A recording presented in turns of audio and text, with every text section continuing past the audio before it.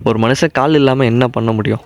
வாங்க பார்க்கலாம். நீங்கள் பார்த்து கேட்டுட்டு இருக்குது அயல ஒருத்தரோட பையன் நைட்டு ஸ்விக்கியில் வேலை பார்த்துட்டு இருக்கும்போது போலீஸ் வந்து பிடிச்சிட்டாங்க அப்படின்னு சொல்லி வக்கீல்கிட்ட வந்து சொல்லிட்டு இருக்காரு. என் பையன் மேலே தப்பே வந்து இல்லை, அவன் ரொம்ப நல்லவன், இருந்தாலும் அவனை போலீஸ் இப்படி ட்ரக்ஸ் யூஸ் பண்ணி பிடிச்சிட்டாங்க, நீங்கள் தான் ஏதாச்சும் பண்ணணும்னு சொல்ல. இல்லை, என்னால் எதுவுமே வந்து பண்ண முடியாது, உங்கள் பையனுக்கு எதிராக எல்லா ஆதாரமும் இருக்குன்னு சொல்லிட்டு நைட்டு வந்து ஒரு மெயிலை வந்து பார்க்குறாங்க. அதில் உண்மையிலே இந்த ட்ரக்ஸை இந்த பையன்கிட்ட யார் வந்து வச்சுட்டு போனான் அப்படிங்கிற எல்லா டீட்டெயிலும் ஜி கணேஷ் அப்படிங்கிற பையன் பேர்லேருந்து வருது. உடனே அவங்க டீம்மேட்லாம் கூப்பிட்டு இந்த பையன் யாருன்னு கண்டுபிடிக்கன்னு சொல்லிட்டு அந்த பையனோட அப்பா கால் பண்ணி இந்த பையன் பிரச்சனை எதாவது தப்பிச்சிட்டான், நீங்கள் இனிமேல் சேஃபாக இருங்கன்னு சொல்லிட்டு காலை கட் பண்ணுறாங்க. நம்ம ஹீரோ வந்து காட்டுறாங்க, இவர் தான் இந்த வேலையை வந்து செஞ்சு விட்ருக்காரு. ஹீரோட அப்பா பைக் வேலை பார்த்துட்டு இருக்காரு. எப்பப்பா நிறுத்த போகிறீங்க அப்படின்னு சொல்லி கேட்க, அங்கே வந்து அந்த பையன் பாட்டில் எடுத்து பார்க்குறான். இது என்னதுன்னு கேட்க, இல்லை தான் நான் சுச்சு போயின்னு சொல்ல அவன் தெரிச்சு போயிடும். அங்கேருந்து கிளம்பி ஹீரோ ஆஃபீஸ்க்கு வராரு. புதுசாக ஒரு பொண்ணு ஜாயின் ஆகிருக்கும் போல். ஹீரோக்கு எப்படி கால் போச்சுன்னு கேட்க, சின்ன வயசில் அவர் பைக்கை வச்சு சுற்றிட்டு இருக்கல ஆக்சிடென்ட் ஆகி கால் போயிடுச்சுன்னு அவர் கேட்குற மாதிரி சொல்கிறாங்க. இதுக்கு அவர் கேட்டு ஃபீல் ஆகிடுறாரு. அண்ட் அவரோட வேலையை வந்து பார்த்துட்டு இருக்கல அவரோட ஹெட் வந்து ஒரு எம்எல்ஏட்ட 10 லட்சம் பேசியிருக்கேன்டா, அவனோட மூஞ்சி நீ பிளர் பண்ணு, சப்போஸ் அவன் கொடுத்துறான் அப்படின்னா பிளர் பண்ணியே போடலாம், இல்லாட்டி அவனோட மூஞ்சி தெரிய மாதிரியே போடு அப்படின்னு சொல்லிட்டு இருக்காரு. அந்த நேரத்தில் ஹீரோ காப்பாற்றுற பையனோட போஸ்ட் வந்து நியூஸ் பேப்பரில் வருது. பக்கத்தில் இருக்க பொண்ணு வந்து கேட்குறேன், ஏன் நீ வந்து ஃப்ரெண்ட்ஸோட போய் என்ஜாய்லாம் பண்ண மாட்டியா அப்படின்னு சொல்லி கேட்கல. என் கூட தேட்டு வரையான்னு கேட்க, நீ தான் என்ன தூக்கிட்டு போகணும் அப்படின்னு சொல்லி கலாச்சி விட்டு அவர் வேலையை முடிச்சுட்டு வீட்டுக்கு வர நேரத்தில் அவரை ஒருத்தவன் திட்டிட்டு வந்து போகிறான். இந்த மாதிரி நீ வழியை வரைச்சிட்டு நிற்கிற அப்படின்னு வந்து சொல்லிட்டு.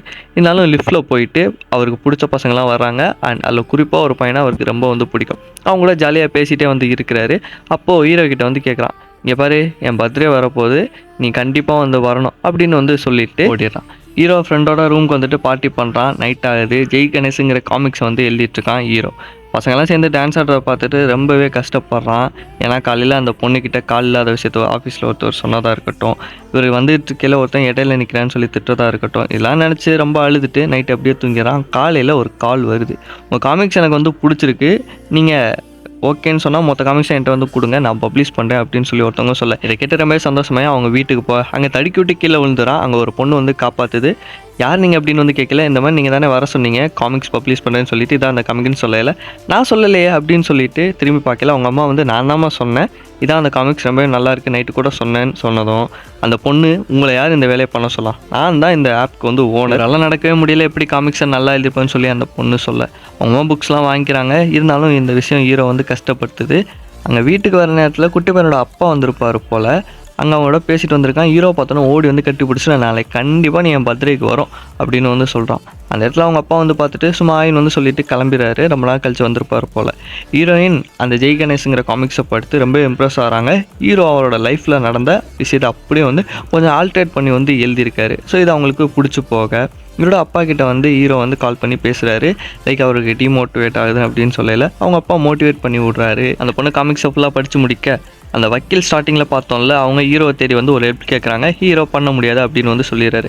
ஹீரோயின் அவங்க அம்மா கிட்ட வந்து கண்டிப்பாக இந்த புக்கை நம்ம பப்ளிஷ் பண்ணலாம், வேறு லெவலுக்கு வந்து ஹிட் ஆயிருமா, ஸோ நீங்கள் அந்த பையன்கிட்ட பேசுன்னு சொல்லலை. இல்லை நீ தான் அவங்ககிட்ட வந்து பேசணும், அவரை கஷ்டப்படுற மாதிரி பேசி வச்சுருக்க, நீ போய் பேச அவர்கிட்டன்னு சொல்லலை. அந்த வக்கீல் எவ்வளோ கேட்டு பார்க்குறாங்க. ஹீரோ என்னால் முடியவே முடியாது, லைக் நான் வந்து ஒயிட் ஹேக்கர், நான் நல்லது மட்டும்தான் பண்ணுவேன், இந்த மாதிரி கெட்டதுக்கெலாம் வந்து ஹெல்ப் பண்ண மாட்டேன்னு சொன்னோன்னையும் காசு நிறையா வரும்பா பண்ணலாமே அப்படின்னு சொல்லி கேட்கல, வாய்ப்பே இல்லைன்னு வந்து சொல்கிறாங்க. இருந்தாலும் நைட்டு அவங்க அப்பா வந்து கேட்டு பார்க்குறாரு, நீ இந்த ஹெல்ப் பண்ணலாமே காசு வருதேடா அப்படின்னு சொன்னோன்னையும், காசெல்லாம் இருந்து என்னால் என்ன பண்ண முடியும், காலா வந்து இருக்குது அப்படின்னு சொல்லி எமோஷன் ஆக காமிக்ஸை ரிலீஸ் பண்ணுறதுக்காக ஹீரோ கிட்ட வந்து அந்த பொண்ணு பர்மிஷன் கேட்குது. ஆக்சுவலாக இவங்க தான் இந்த படத்தோட ஹீரோயின். ஹீரோ ஃபஸ்ட்டு முடியாது அப்படிங்கிற மாதிரி கிளம்பி போகிறாரு, எதுவுமே பதில் சொல்லாமல். போ அவரே வந்து ஒத்துக்க வச்சுடுறாங்க ஹீரோயின். மறுநாள் அந்த போஸ்டர்லாம் ரெடி பண்ணி எல்லா இடத்துலையும் ஓட்ட ஹீரோவும் ரொம்பவே ஃபேமஸ் ஆகிறாரு. ஜெய் கணேஷுங்கிற கேரக்டர் வச்சு பசங்கள்லாம் ரொம்பவே ஜாலியாக பேசி விளாண்டுட்டு வந்து இருக்காங்க. ஹீரோவுக்கு இது ரொம்பவே சந்தோஷமாக அவரோட காமிக்ஸில் உண்மை சம்பவம்லாம் சேர்த்து இவர் வேறு ஆக்கரில் இவருக்கு தெரிஞ்ச விஷயத்தெல்லாம் மொத்தமாக அடித்து போட்டு காமிக்ஸை வேறு லெவலில் தெருக்கி விட்டுறாரு. அப்போ நைட்டு ஒரு விஷயம் இவருக்கு வந்து தெரிய வருது, கடையை ஒருத்தவங்க திருட போகிறாங்க. இதை வந்து போலீஸ்கிட்ட கால் பண்ணி வந்து சொல்கிறாரு. ஆனால் மறுநாள் நியூஸை பார்க்குறாரு, அவருக்கு ஷாக் ஆகிடுது. கடையில் திருட வந்தது வேற ஆளுங்க, ஆனால் திருடினது இன்னொருத்தருன்னு சொல்லி இவரை வந்து பிடிச்சிட்டாங்க. ஆக்சுவலாக இவரும் திருட தான் வந்தார், ஆனால் இவர் அங்கே இருக்க எல்லா கடையும் வந்து திருடலை. இதை வந்து போலீஸ்கிட்ட கால் பண்ணி, இந்த மாதிரி நேற்று திருநவர் வந்து ஒரு கடையில் தான் ஒரு வாட்டி தான் திருட வந்தார், மற்றது திருநெல்லாம் வேற ஆள் அப்படின்னு போலீஸ்கிட்ட சொன்னதும் போலீஸ் கடுப்பாகி காலை கட் பண்ணிடுறாங்க. வக்கீல்கிட்ட ஹெல்ப் கேட்குறாரு, முடியாதுன்னு சொல்லிடுறாங்க. அதை ஃபீல் பண்ணிட்டு வந்த ஹீரோ அந்த குட்டி பையன் வந்து பார்த்துட்டு, நீ என் பர்த்டே நைட்டு வா அப்படின்னு சொல்லல, வர முடியாதுன்னு சொன்ன ஹீரோ அந்த பர்த்டேக்கு வராரு. இதை பார்த்துட்டு அந்த குட்டி பையனோட அப்பா, இன்வைட் பண்ணாமல் வரீங்களே, பாரு அப்படின்னு சொல்லி ரொம்ப புகழ்கிற மாதிரி புகழ்ந்து கலாய்க்கிறாரு.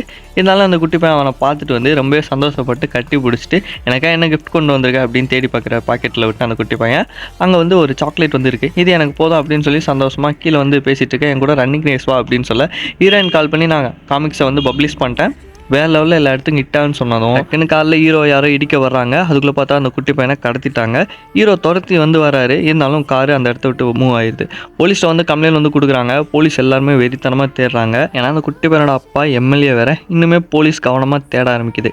ஹீரோ வில்லனோட கண்ணையும் பார்த்துருப்பாங்க போல், கையில் இருக்க டேட்டோவையும் நோட் பண்ணிட்டாரு. போலீஸ்டெல்லாம் சொல்லி இன்னுமே தேட ஆரம்பிக்கிறாங்க. வில்லன் ஸ்கெட்சு போட்டு வந்து அந்த பையனை கடத்தியிருக்கான். போலீஸ்க்கு இருந்தாலும் நிறைய க்ளூஸ் வந்து மிஸ் ஆகுது. அப்போ ஹீரோ நான் ஒரு டிசைனர் தான், அவன் பார்த்த கண்ணை வச்சே அவரோட ஃபுல் ஃபேஸை என்னால் கண்டுபிடிக்க முயற்சி பண்ணுறேன் அப்படின்னு சொல்லி ஃபேஸை வரைகிறாரு. கிட்டத்தட்ட அவரோட ஃபேஸ் கண்ணை வச்சு நிறைய பேர் வந்து தேடி பார்க்குறாங்க. க்ளூஸ் வந்து மாட்டவே வந்து இல்லை. ஹீரோ இருந்தாலும் நான் ஃபுல்லாக வேணால் வரைஞ்சி ட்ரை பண்ணவா, ஏஐ யூஸ் பண்ணி கண்டிப்பாக இது என்னால் முடியும் அப்படின்னு வந்து சொல்லி முன்னாடி நான் சிசிடிவி பார்க்குறேன்னு வந்து சொல்லிட்டு சிசிடிவியில் அந்த வில்லனை கண்டுபிடிச்சிடுறாங்க.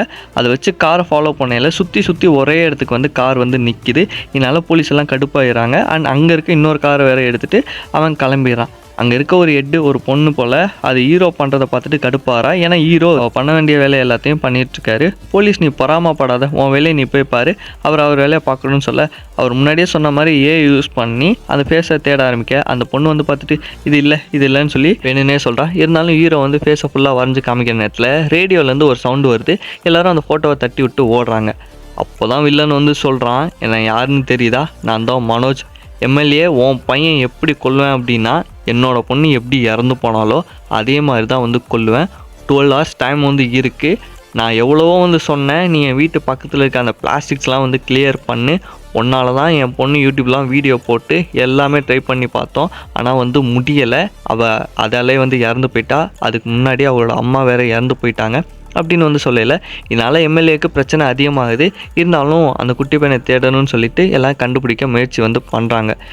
அந்த வில்லன் வந்து அசேலம்லேயும் இருந்திருப்பான் போல், இதனால் பாதிக்கப்பட்டு அதனால் அவன் ஒரு சைக்கோவாக வந்து மாறிட்டான். அதனால் எம்எல்ஏவோட பையனை கடத்தி வச்சு ஒரு இடத்துல ட்ராப் மாதிரி வந்து செட் பண்ணி வச்சுருப்பான் போல். ஹீரோவுக்கு ஒரு சில இன்ஸ் வந்து புரியுது.